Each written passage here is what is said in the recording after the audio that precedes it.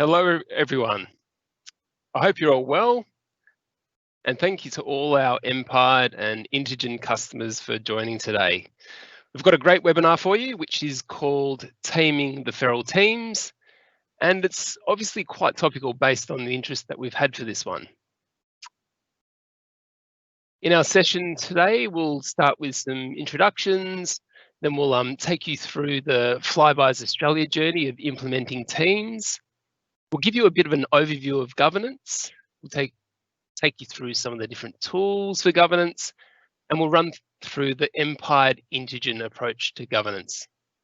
We'll then discuss some of the logical next steps, and then we should have plenty of time at the end for questions and answers.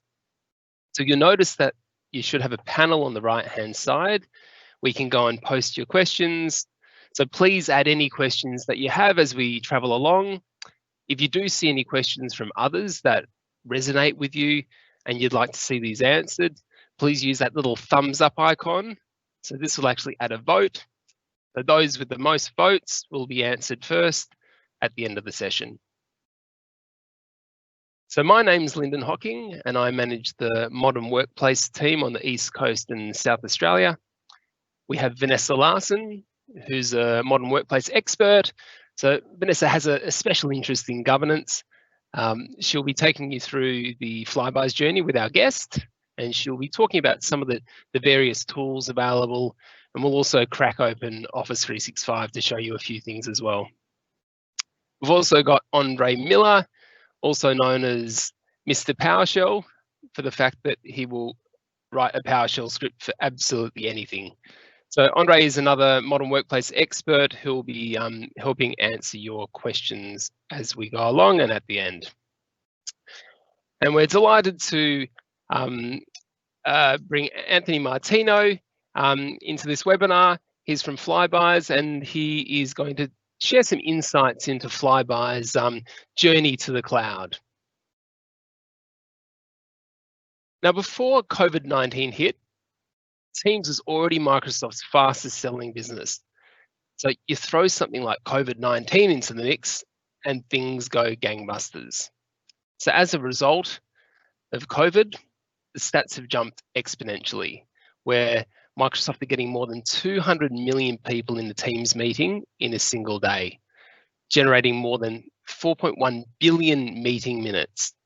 And now Microsoft have well over 75 million daily active users of Teams. Now, I'm sure this slide looks a little familiar to a few of you out there. So COVID hit hard and it hit fast. And companies quite literally had to transition their staff to work from home overnight. Organizations worldwide went from, really thorough planning of Teams rollouts where they look into things like security, telephony, the lifecycle of data, change and adoption, to being pressured by the business into, holy crap, we just have to flick the switch and turn this thing on. For those organizations that already had Teams configured and set up, it was a relatively seamless move to working from home. For those that just had to turn it on, it's actually been quite surprising how staff have just adopted the product and worked out how to use it. And a lot of companies have actually found that users don't need a lot of training to do what they need to do in Teams. It's actually had a profound effect on things like change and adoption. Now, I've heard a lot of similar stories like this one, but not at the same scale. The health department in South Australia launched Teams to 40,000 staff in a single week. So you can just imagine the number of teams created and the associated data that's actually produced by a workforce that size. But you'd really, really hope that all that new data that they're producing is secure and they've got measures in place to handle the life cycle of that data. But what happens when you go and create thousands of teams without any real kind of planning? Yep, you got it. You end up with a bit of a mess. So with Teams, there's a bit to consider. There's the creation of teams, ownership, visibility of those teams. Do teams need an approval? Naming conventions around your teams. My wife works for a hospital, and I was chatting to her a couple of weeks ago about teams, and she said that there are over 20 teams with COVID-19 in the title, and no one knows which team to use. We've also got external sharing, so collaborating with external people, retention and expiration. So what happens when a team is no longer active? Then you've got data governance and compliance, things like data loss prevention, information protection, and also the moderation of your team's content as well. And how does telephony fit in? So your existing meeting rooms. And that files tab in your team channels, it becomes a bit of a dumping ground. Easy to use, but builds up very quickly. So what do you do with all that kind of unstructured data that can sometimes end up looking like a network drive? And lastly, who are all the different people in the company that are responsible for all the different aspects of teams? So this is by no means an exhaustive list, but I think it helps to highlight that there's a lot more to teams than a lot of people realize. So this is where I hand over to Vanessa, who will be interviewing Anthony to take you through some of the insights into their Flybuys Australia cloud journey. Great, thanks, Lyndon. Hi, everyone. I'm Vanessa. This is Marty. We're in the Empire offices at the moment, socially distanced, of course. So, Marty, let's just start by giving us a bit of a background about Flybuys. Yep. So, just for everyone, my name's Anthony Martino. Everyone calls me Marty. Sorry, I've gotten in the habit. That's all good. Yeah, thanks, Vanessa. So I know there's some listeners out there that are from New Zealand, and I just wanted to, I know there's a loyalty program out there with the same name. So just calling out that there's no formal ties between Flybuys New Zealand and Flybuys Australia, although occasionally we do exchange friendly notes from time to time. So yeah, Flybuys is a 25-year-old brand, but most recently we've gone through a large amount of change. So during the Wesfarmers Coles demerger, Flybuys became a 50-50 joint venture between Coles and Wesfarmers. So this then led us to transition out of Coles and actually move into a temporary office about this time last year, mid-2019. And we started with about 90 or so people, and then we're probably doubled in size because we've essentially had to create our own business and our own and specific teams, and we're looking to grow to around 250 people. So with this, we had the opportunity to, so Brad Blythe, our CTO, and I and a few others, we had the opportunity to set up a new office, all of our workplace technology and strategy from scratch. So we implemented Office 365 as our main workplace solution, and we operate 100% cloud. So for our workplace strategy, and you know, even down to running our print servers from a cloud service. So we are doing 100% cloud. We run a zero trust model. So our team members essentially just require an internet connection, no VPN, and they're all just up and running. So that's great. I guess the only other thing is last year the business set up a what we call Flybuys Flex, which is our flexible working policy that allows team members to work remotely and flexibly within the office. And from a tech point of view, no changes were needed from that point of view at all. So great, that sounds really good. So you've got all of this awesome setup, cloud only. Where did your journey to Teams actually start? Yeah, so with our business moving out of Coles, very few knew about Microsoft Teams. So it wasn't at the start, it wasn't used to its full potential. So we left it open for our team members to be able to create team sites and their own channels. And then over time, our team came up to speed with the advantages of using it and using it as a central place to collaborate. There's a prime focus on security, so particularly with our external collaboration project, which we've currently soft launched. So yeah, we do various, we've implemented various different things. Great. And so for those on the webinar, Marty just mentioned that we soft launched the external collaboration solution. That was a project where we allowed people to collaborate with external partners over Teams. However, it also considered the life cycle of that team and also how people get access to the team. So there's approval processes for those external parties to gain access and taking that focus on security really seriously. Yeah. Great. So when the COVID restrictions hit, how did that go and where are you at now? Yeah, so we set up a pandemic response team with the executive leadership team and a few key people across the business, and we met twice daily initially. And I remember the day that the World Health Organization declared COVID-19 a pandemic, and the response team met, and we made a call which recommended all our team members work from home. And literally the next day, on the 13th of March, we all did, and the tech and Teams just worked. And I guess that's when Teams came into its own for us as a business. Our CEO, John Murakovsky, he embraced the use of Teams. We moved our weekly huddle, all hands huddle to Teams. And John surprised us one day with our Chief Operating Officer, Phil, where they both performed a Beatles classic on the piano. One was on the piano, John was on the piano, and Phil on the guitar. And it was great. It lifted everyone's spirits, and there was a massive amount of comments in the meeting chat after that. It was great. And that's also led to other team members showcasing their passions. And so one team member shared his love for farming, and we crossed to him live on his farm using his Teams app with his phone. So that was pretty cool. And I guess one last experience over Teams during COVID has been we've actually launched our new office, a new permanent office in the city.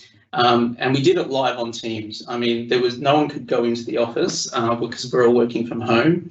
And the ribbon was cut live. Everyone went through a bit of a live tour and got a glimpse of it. And hopefully we'll be in there soon. So it's a great new office, and yeah, so it's pretty cool. Great. Yeah, I'd love to visit it. Yeah, please do. Okay, so now that you have everyone's been working from home, for about 10 weeks now, probably a bit longer. What are some of the lessons you've learned or some of the challenges that you kind of faced during this time? Yeah, there's a few things here. I mean, the Teams brought in they brought forward quite a few enhancements because of COVID-19. So, people that are using Teams know about the backgrounds you can change. So people have been doing some pretty funky stuff with that.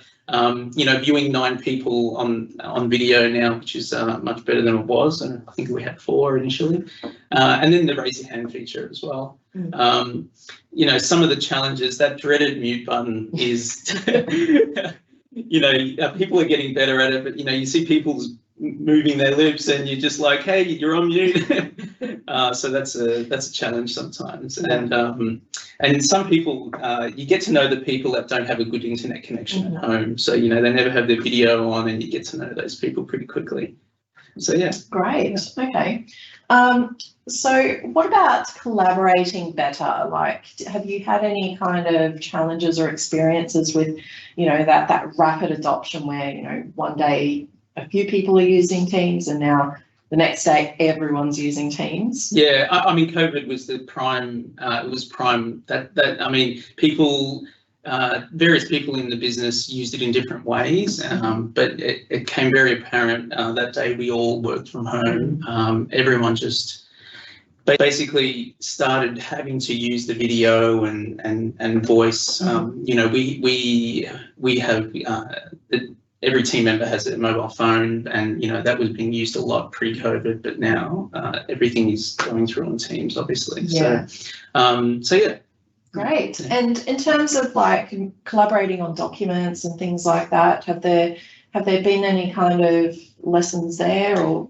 Yeah. feedback? Yeah, so when we transitioned out of Coles, we brought our whole file structure straight across, and basically the majority of the team just started using Teams to access their files that way. So it is a little bit messy and does need to clean up. So you get to dig down quite deep in folder structures, and navigating that can sometimes be challenging. So yeah. Great. Okay. Well, on that note, so what's next in the team's journey at Flybuys, do you think? Yeah. So I guess when we get back into the office, we'll probably look to be doing a bit of a roster system with 50% of the workforce being at home and rotating around in the office. So I guess this kind of hybrid approach of, where we're used to be mostly all in the office, now all at home, and then this kind of half-half is going to be interesting. And basically we'll need to kind of be making sure that our meeting equipment's right. We've got everyone creating a Teams meeting, so nobody misses out, if you're in the office versus at home. We've got HP slice devices in all of our meeting rooms, and basically they're just a one-touch to start your meeting, which makes it really easy. And we're also exploring some other features like a content screen. So you can basically have two screens in your meeting room, one that displays all of your video of your participants, and then also actually have the content that's being projected out. So we're looking at that as well. Great. Yeah. That's really cool. And I know with the external collaboration project, Anthony and I have talked about that a few times now.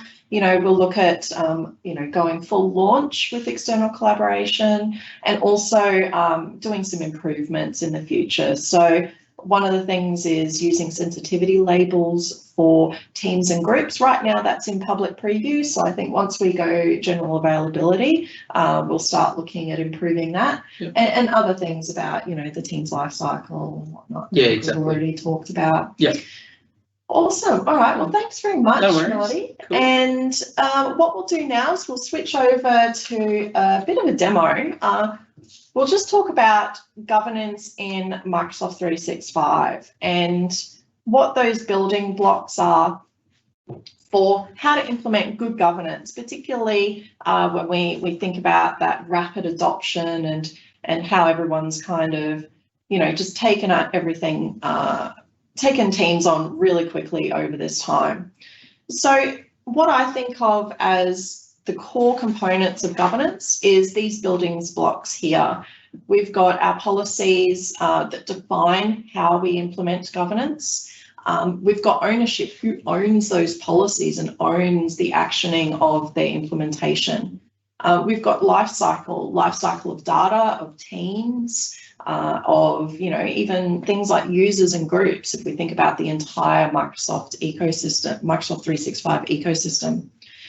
Then we've got security and monitoring, and monitoring really does inform how you need to evolve and change that life cycle and those policies.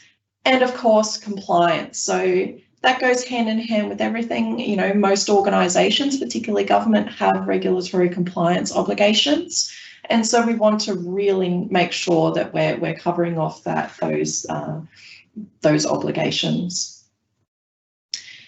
So if we think about the team's life cycle and the importance of that, there's a few things to consider. And I like to break them down into 3 stages. You have the initiation.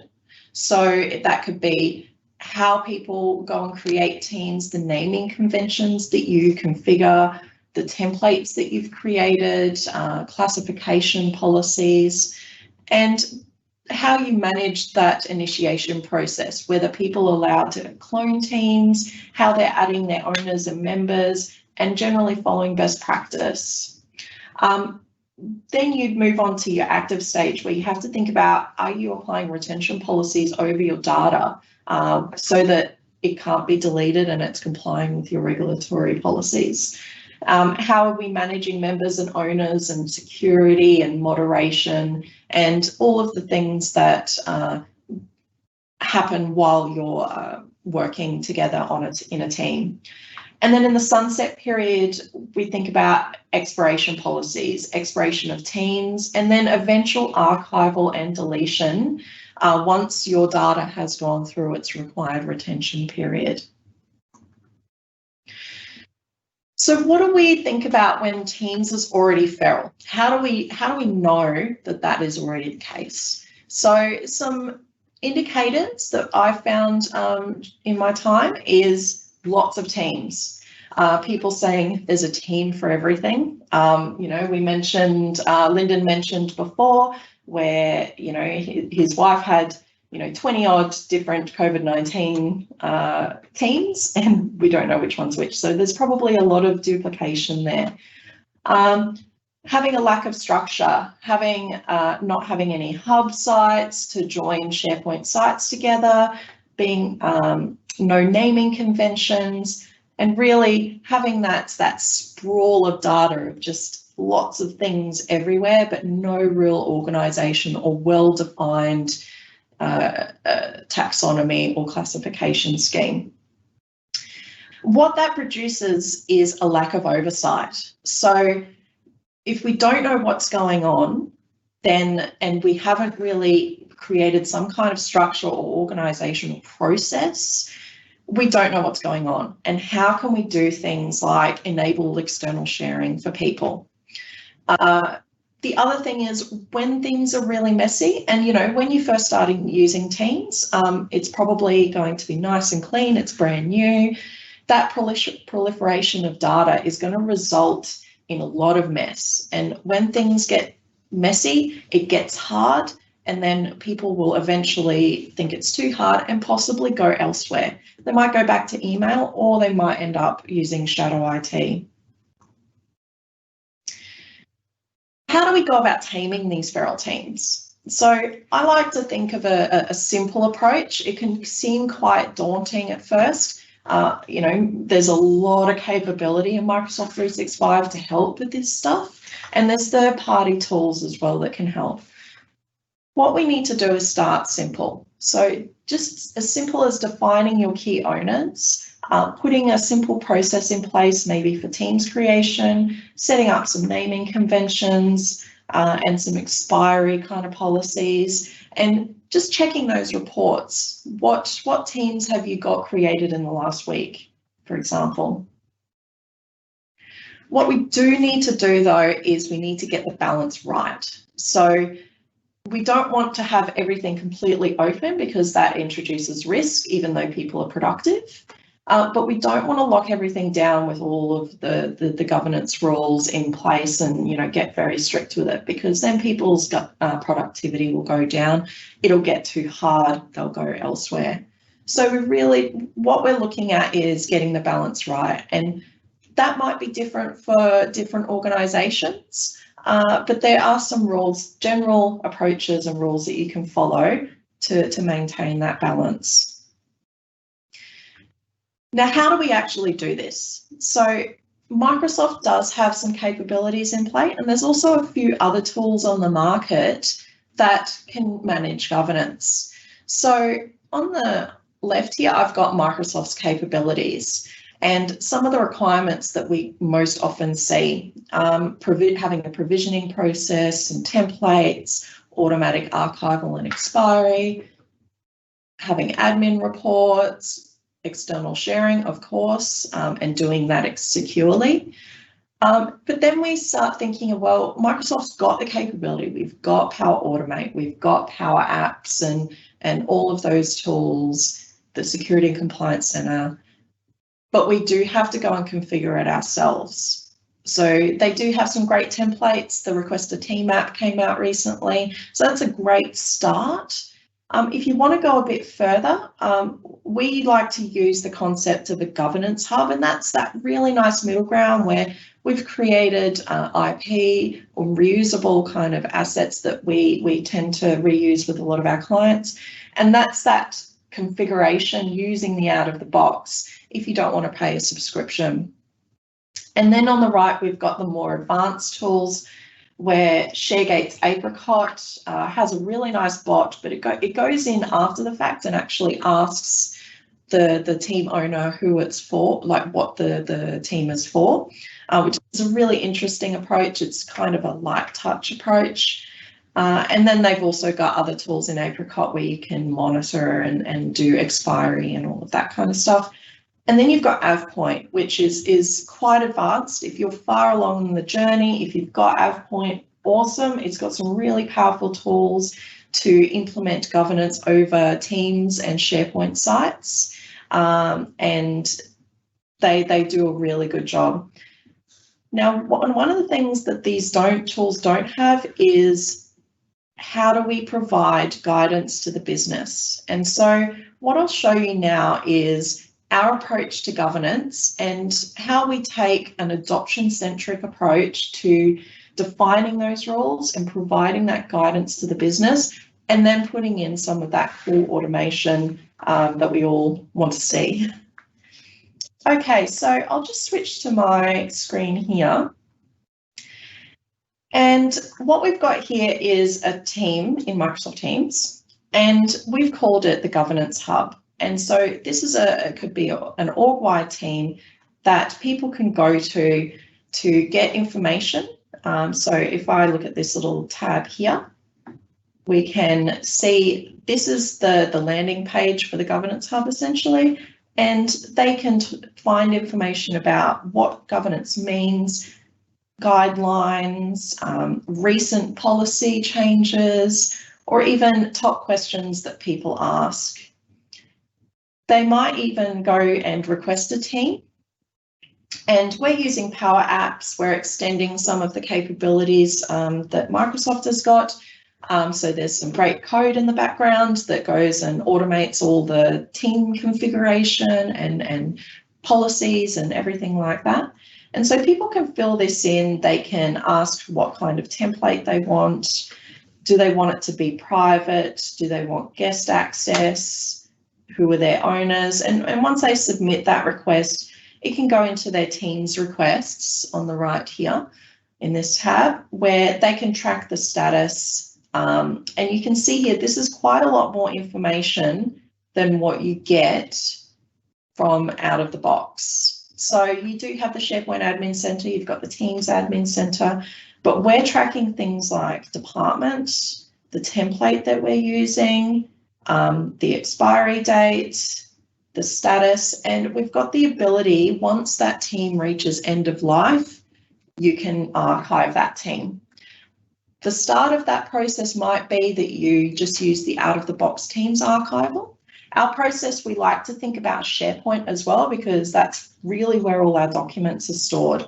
And so what we do there is we think about, okay, we might have all of our team connected SharePoint sites grouped together in hubs, and we might move our archived teams and associated SharePoint sites to an archive hub so that it doesn't pollute search. I think that's one thing that's really important here, is as your data grows, so do the search results.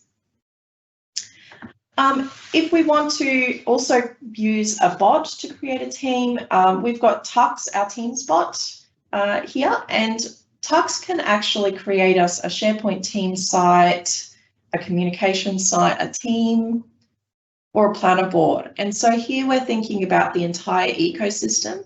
If people don't need a team, if they just want a planner board or a communication site, then we can create that, and we go through an approval process for that.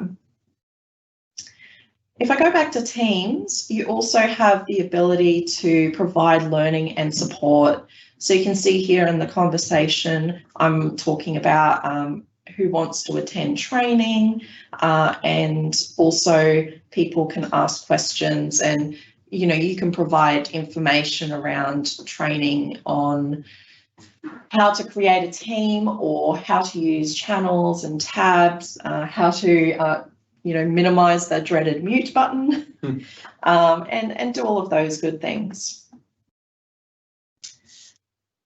Okay, so I'm sure there's a few information managers in the room.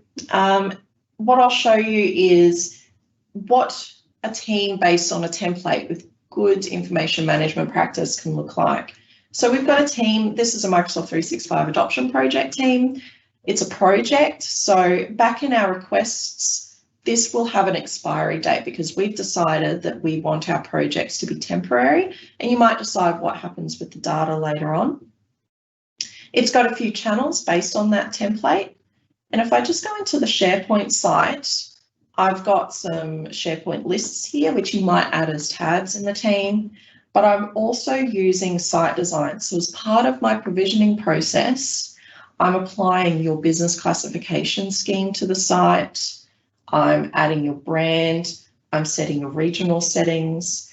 I'm setting external sharing based on your site. And that's really important because we need to think about guest access for Teams, but also guest access for SharePoint. And obviously all of the good things that come with having a project team. Okay. So one thing as well to think about here is we've got external sharing turned on for this particular team.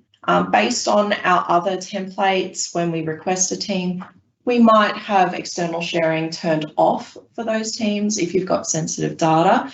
That's where you can really extend that capability, where you might have conditional access policies in place for anything that's classified as internal. So the really cool thing with what we've done here is that we've considered that not all of our clients have E5 or P1 licensing. And so we've put in ways for people to request teams, to set expiry based on, you know, their licensing model. So, and that's just using the tools in Microsoft 365, using Power Automate and Power Apps, SharePoint, all of that good stuff. Okay, so I'm just going to switch back to my presentation now. And I'll just talk about, now that we've seen what some good implementation can look like, here's your 3-step plan for how to tame these teams. So the first step is we can start looking at a health check. A health check really is all about auditing those teams that you've got and cleaning them up, reaching out to your site owners, classifying them. Do these need to be kept? Can they go? Do we archive them, or can we straight up delete them? And really getting some recommendations on, you know, how we should kind of get this all tidied up and logically start classifying and grouping our teams together. Step 2 is define your team and SharePoint site creation process. And so that might be quite simple. You can set up a Power App. You might integrate that with ServiceNow or your service desk system so that that gets actioned by the service desk, or you can fully automate it. If you want to start simple, you can really just start with, you know, the simple manual process, and then you can gradually automate later on. The third step is kickstart with your top 3 team and site templates. So what I often see is I see functions or departments, projects, and maybe just general ad hoc teams. So really defining what those templates are, what your base tabs, channels, metadata in SharePoint might be, and rolling them out so that people can reuse them. And you might just start simple by using the out-of-the-box team clone feature, or you might set up a process which I've just shown here. So how can we help with you taming these feral teams?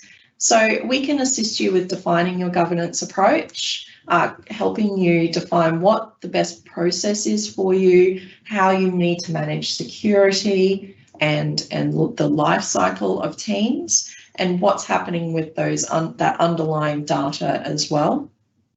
We can help you implement through some of the assets that we're using, and also automating those policies. So for example, we talked to Anthony before, where we did external sharing, and that was part of an automated process to make things a little bit simpler.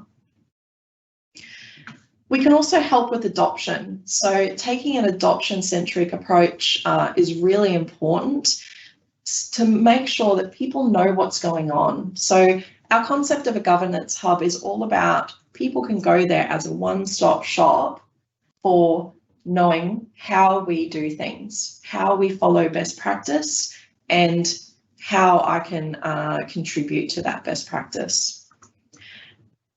And then also having continuous evolution. So we can help you with continuous improvements to your governance processes as the technology evolves.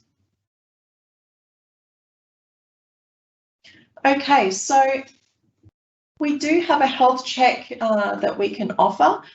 There's a link here on the slide, and I think we'll also be sharing the links in the Q&A.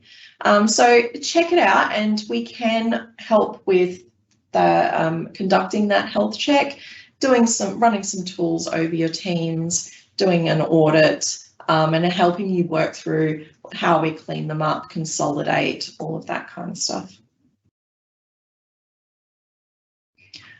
Okay, so now I'll just hand over to Lyndon, who has been going through any questions that you might have asked. And yeah. Excellent. Thank you, Vanessa. Yes, so we've got a few questions in here. Thank you for posting those, and for those of you that have given them some votes. So we've also got Andre on the line, who is going to assist with answering these. So let's have a look. Good morning, everyone. So based on the votes, I think one from Jimmy around how can we enable collaboration of documents in Teams with external partners, Teams guests, without opening up our global SharePoint settings? So the most important thing we must remember when we're setting up Teams and external collaboration is that we want to empower our end users. So the first step is to ensure that we do have a well-defined external collaboration governance policy in place. The second thing is out of the box functionality, such as creating your own teams and creating your own SharePoint sites, do not allow you to then set. If you set any global configurations or settings, it will then open up, or the other way, it will actually prevent you from sharing it externally. So the most important thing is to replace the out-of-the-box functionality with a provisioning process, as Vanessa has spoken about, and that will then allow you to then go through an approvals process through a Power App or a Flow to then provision that team and SharePoint site based on your needs. So if it's for external collaboration, that site will only be enabled for external collaboration, and vice versa. If you have internal facing sites and information that you don't want to share externally, then that process should handle that as well. Thank you, Andre. So we've got another question here from Karen.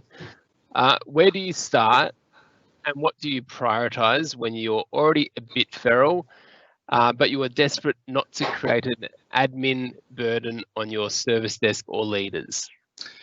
Yeah, so the most important thing is to engage the business. So we need to find out who the business sponsors are, who are our core key owners of the teams are first, so that we can then start leveraging and defining our governance processes. From there, we can then quickly analyze and establish the teams that have already been created and look for poorly named teams, for instance, things that have test or dev in their names, or look for teams that have actually not been used for quite a while. What you can do with those is you can obviously try to find the owners for those and quickly and easily remove them from the organization, maybe through an archival process, or actually removing those teams from the tenant. Then secondly is then defining the processes that you want for your team. So how are you going to create teams consistently? Things you need to think about is your naming conventions, your life cycle. So if a team is not being used for a certain period, what should happen in that space? Also think about how you're going to secure and retain your data so they can meet your company's data security and compliance policies.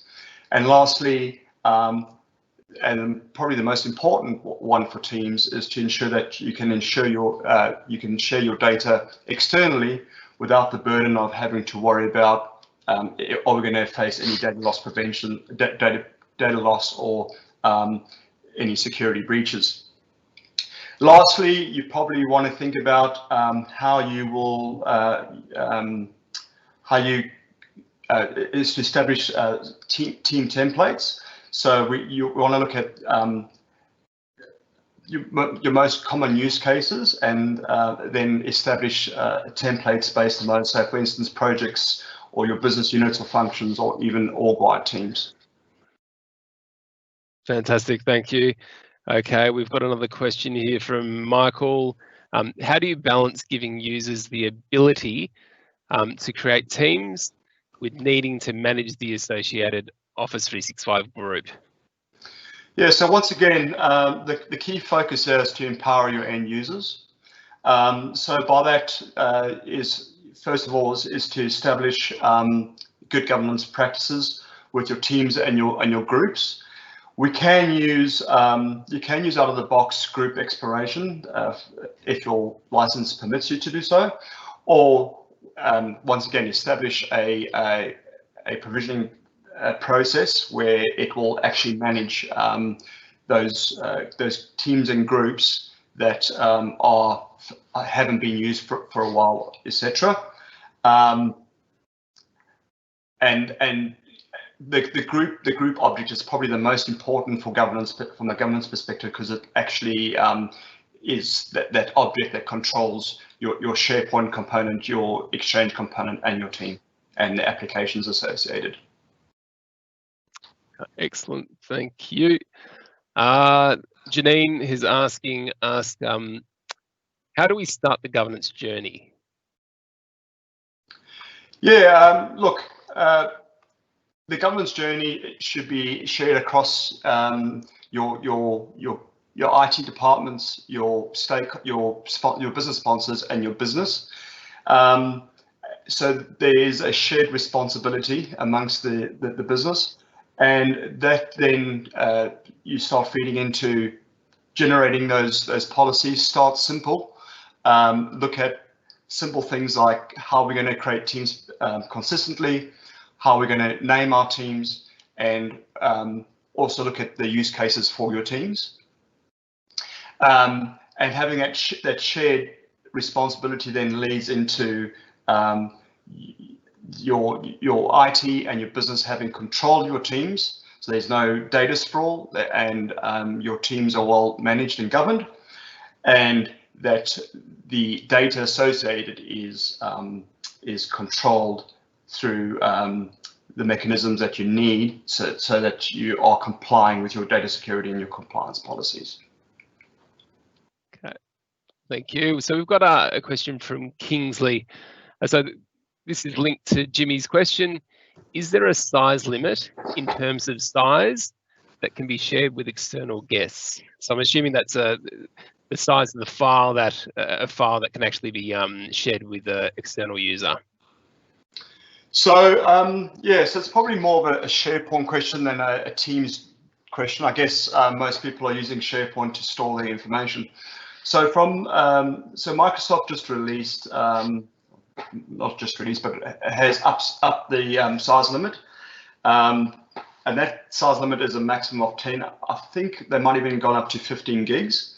But the default size limit is 250 megs. So I think the most important thing is to establish a good practice of how big you want those size limits to be, because it does have an impact on your bandwidth if everyone's working obviously within your office perimeters, but also thinking about where you're storing your data to. So for instance, some data, things like large video files or even large blob stores might not be SharePoint might not be the most appropriate place.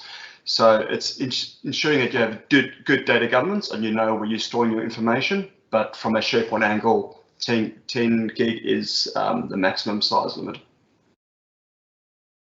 And we've got just from an anonymous user, what does a feral team implementation look like? Yeah, so characteristics of a feral team. As we discussed quite a few times, it's if you start looking and you just start doing an analysis on your teams, you'll start seeing that you'll have very poorly managed team names, and you'll probably start looking at seeing duplicates and their alike. So you might have a specific name with a 1 or a 2 or a dev or a test or whatever as a pending name. The second thing is you'll notice that you'll probably have a lot of teams, but not all of them are probably being utilized. So we can, if you go into your team's admin center, you should be able to see when last a team had any activity. And by that, you'll notice that the reason why you're starting to get this data sprawl is because people can't find and search for information, so they just keep on creating new repositories and new teams, etc. So there's no consistency defined as part of your journey, your team's journey, your data governance journey. And also you'll notice there's a lack of ownership. So people come and go from your organization, and you'll have teams that will have no owners or owners of teams where they go, oh, I've never used this team before, I don't even know anything about it. So that's what, in a nutshell, what feral teams start to look like. And obviously, the crux of it all is the fact that governance hasn't even been probably thought about, or has been poorly defined. Cool. And we've got one here for teams. How do you deal with the 5,000 item limit issues since channels and files all go into the one document library? That's a good question, and more than likely this is probably the fact that you're trying to use the out of the box team functionality without having any sorts of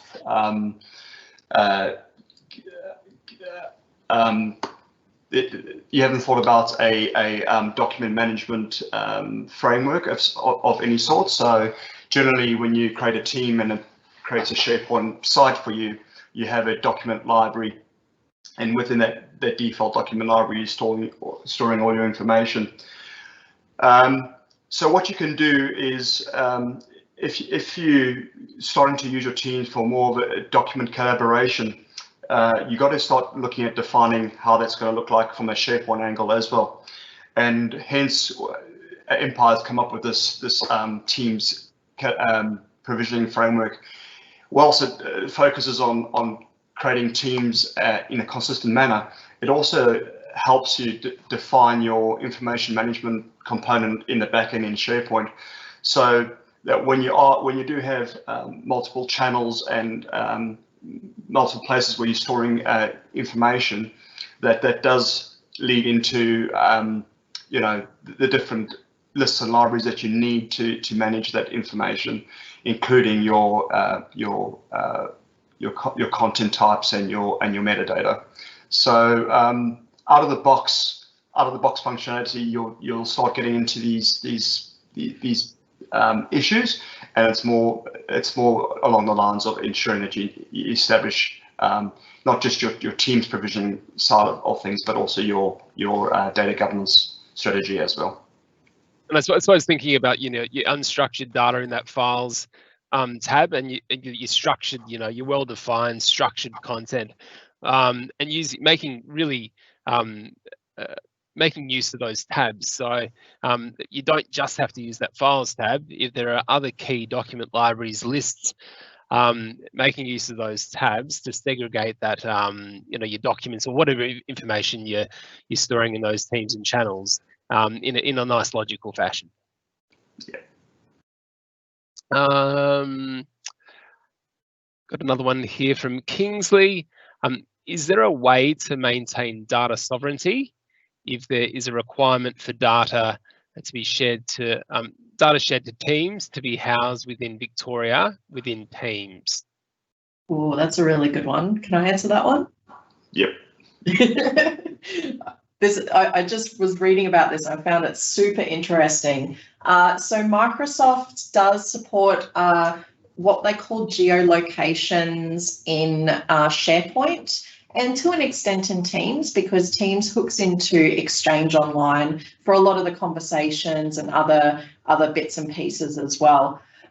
So for SharePoint, where your documents are stored, and I found that's where most of the focus is, you can enable multi-geo capabilities. So that would mean if you're in a multinational organisation, then you could have a geolocation set up for Australia, and it might be Australia Southeast, and the SharePoint sites that have the Australia Southeast geolocation assigned will mean that data is retained at rest in Australia, in the Australian data centres.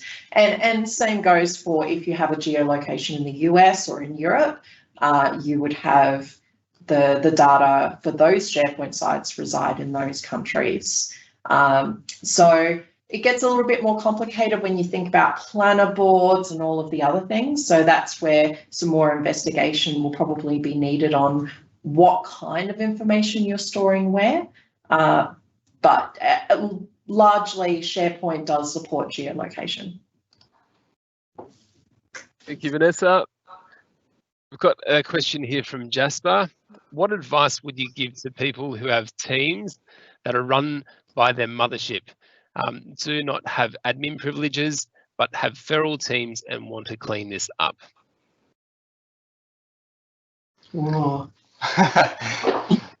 I think that's a good one. I think once again it comes part of your team's governance strategy and ensuring that you guys can, as part of your mothership, you get a chair as part of that governance team, where you actually have a say, and you can actually bring this all your grievances to light, where they can be addressed and documented.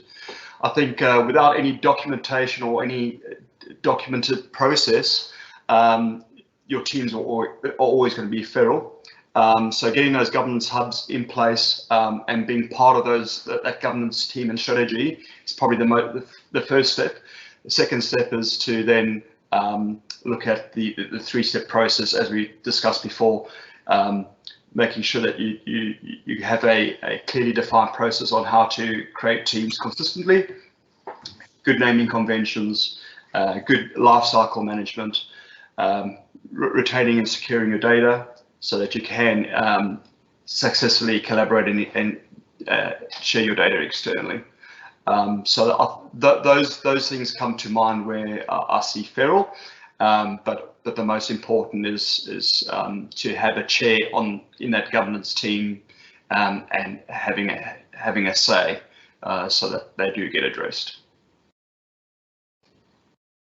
Thanks, Andre. We've got a question from Dawn.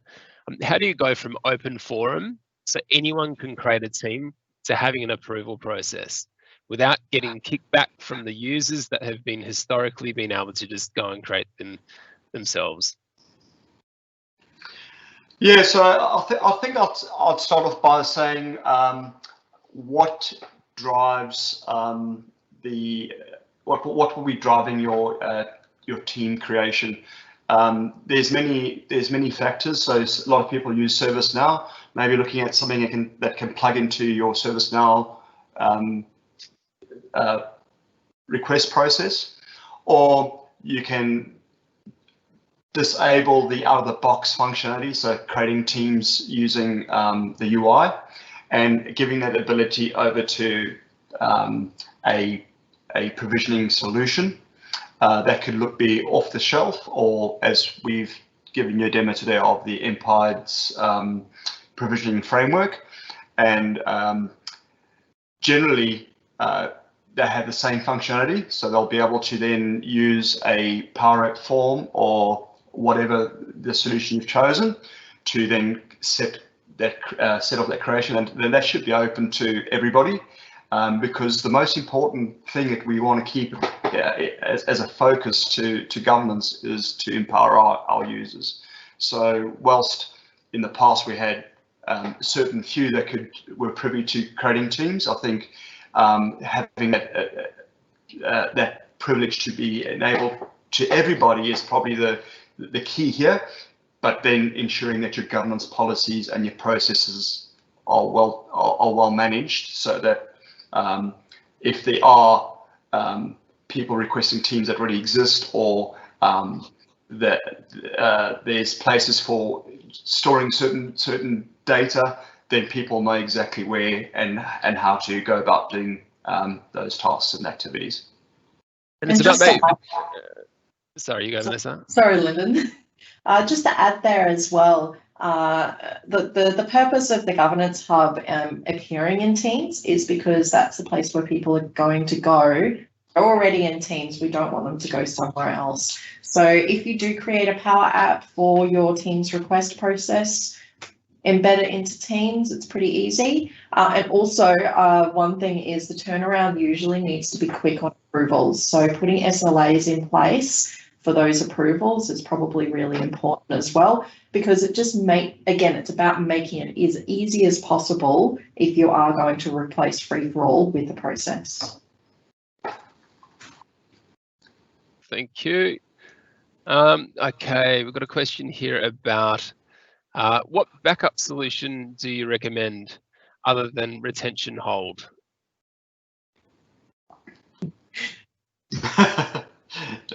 Do you wanna give it a crack, Vanessa? Oh yeah.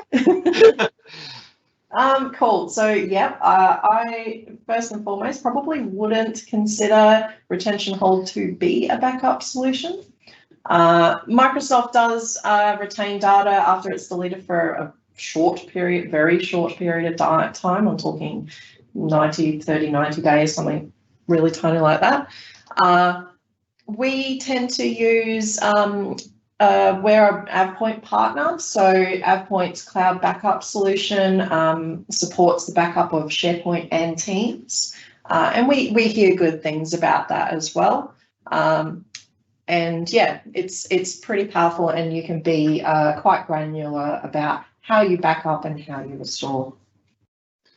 You know, I think the most important thing to think about when you are selecting a tool is to ensure that you can restore to the lowest denominator. So if it's to item level for SharePoint or conversations in Teams, so make sure that the feature set that you're looking at covers all the scenarios that you want to cover from a restoration perspective. Okay, thank you, Andre. Thank you, Vanessa, and thank you very much, Anthony Martino, for coming along. We've only got a couple of minutes left, so I just wanted to close out. Thank you for everyone coming along and attending. Thanks for all the questions. If you do need to get in contact with us about any other questions you've got, anything to do with Teams, governance, please reach out. There are contact details in the slides on screen. Also, the same link that you use to join the webinar is the same link that you can actually go and watch the video. So if you need to go back, watch the video, have a look at the slides, have a look at any of that information after this, please feel free. As I said again, if you've got any questions, please reach out to us, and thank you very much for attending.